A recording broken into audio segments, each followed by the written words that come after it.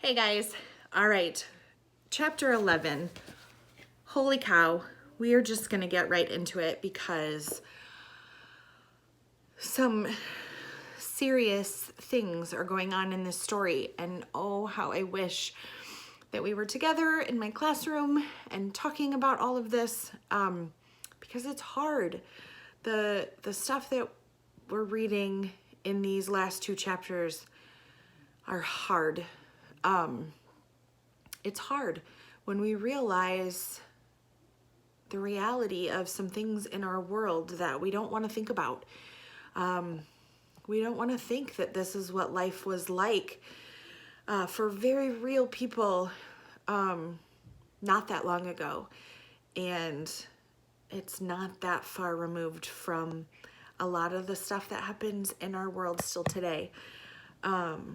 And that's what makes it so important that we read books like this and that we open up our minds and our hearts to these issues of social justice and the plight of minorities and people who suffer in our world, and we might not even realize it.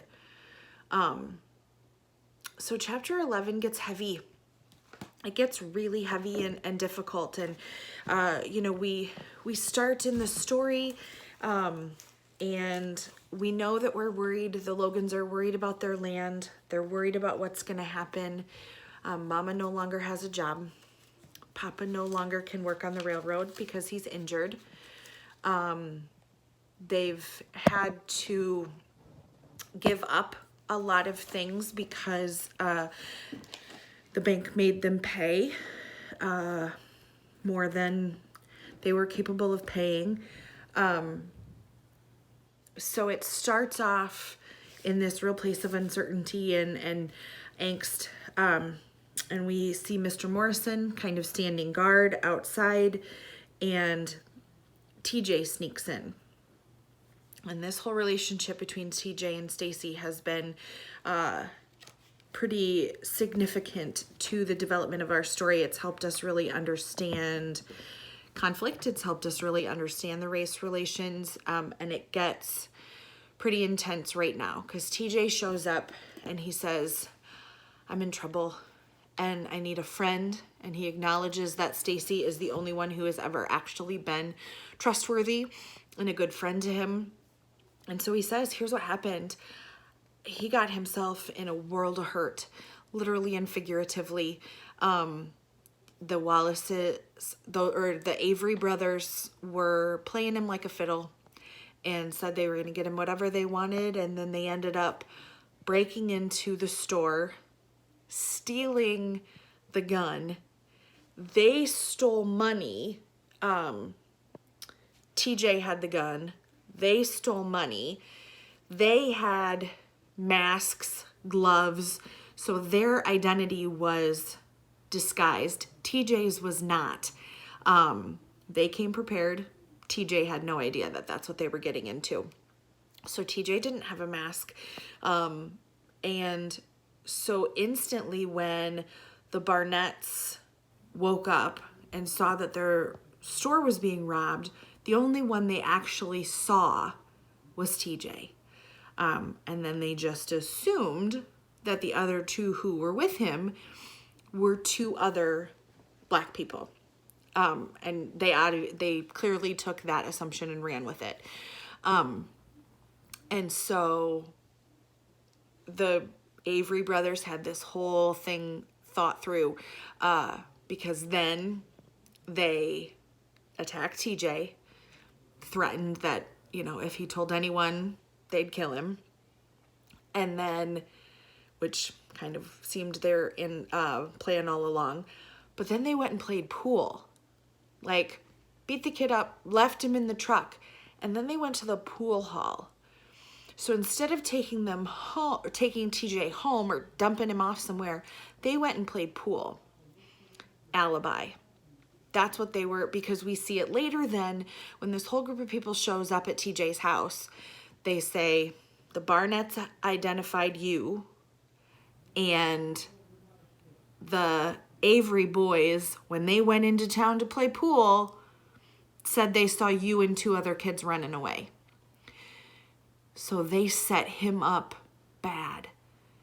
Now, whether they intended to get caught all along, it's hard to say, but they certainly were prepared for that with the masks and the gloves and the backup plan and the alibi.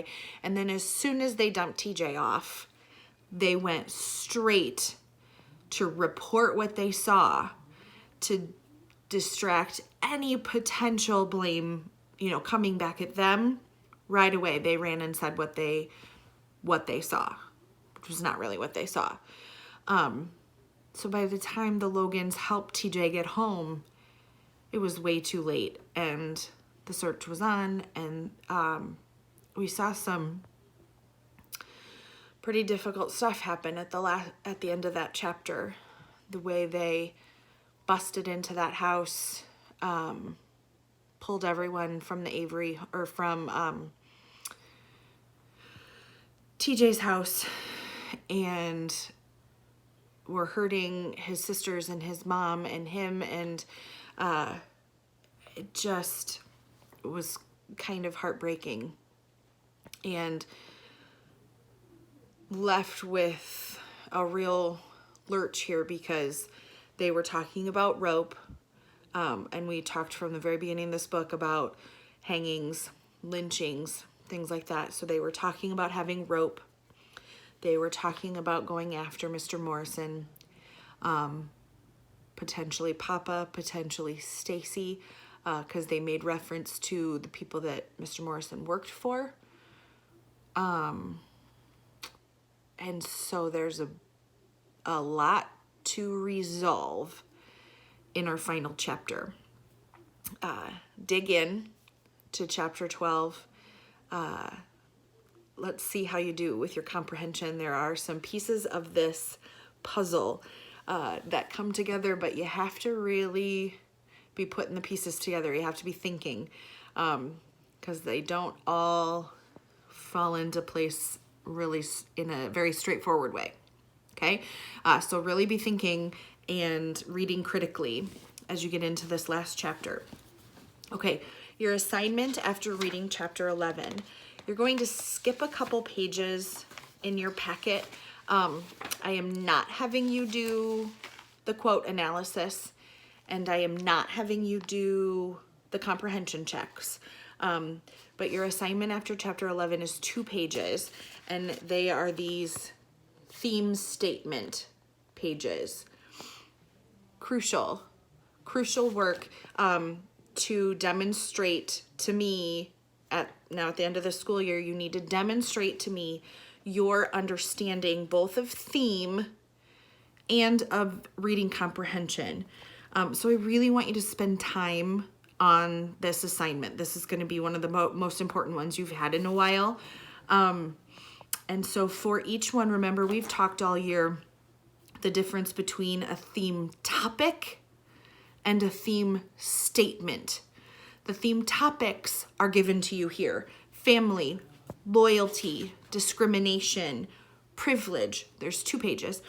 Friendship, ownership, and evaluation. Okay, that's not a theme.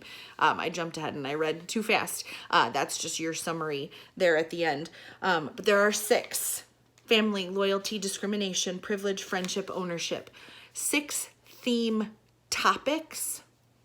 You have to then turn them into theme statements. That's where you take the topic, family, and you answer that question, so what? What about family?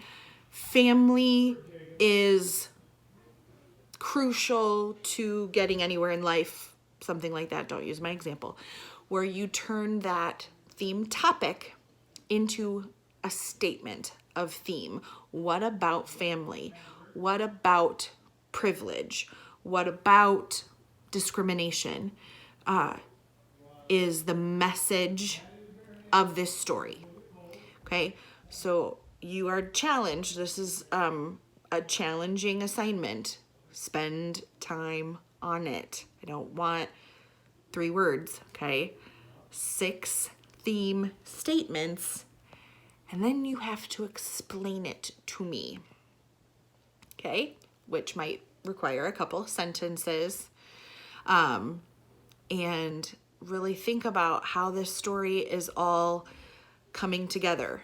Now, if you are having a hard time, go ahead and read chapter 12. Read through the end of the book and then try and, come back and wrap your head around making a theme statement. If you want to do that, totally fine. That's awesome. You can do that because that's the next assignment anyway, is to read the final chapter. So maybe that'll help you if you're struggling a little bit to grasp it and you want to know how this ends, because of course you do. So I hope that this book is tugging at your heartstrings and really teaching you something about humanity and how we treat each other. And I want to see that in your theme statements. I want to see those lessons and see those messages come through in the theme statements you show me in this assignment. Okay? Email me if you have questions, because this is a tough one, but dig deep, and I know you can do it. Okay?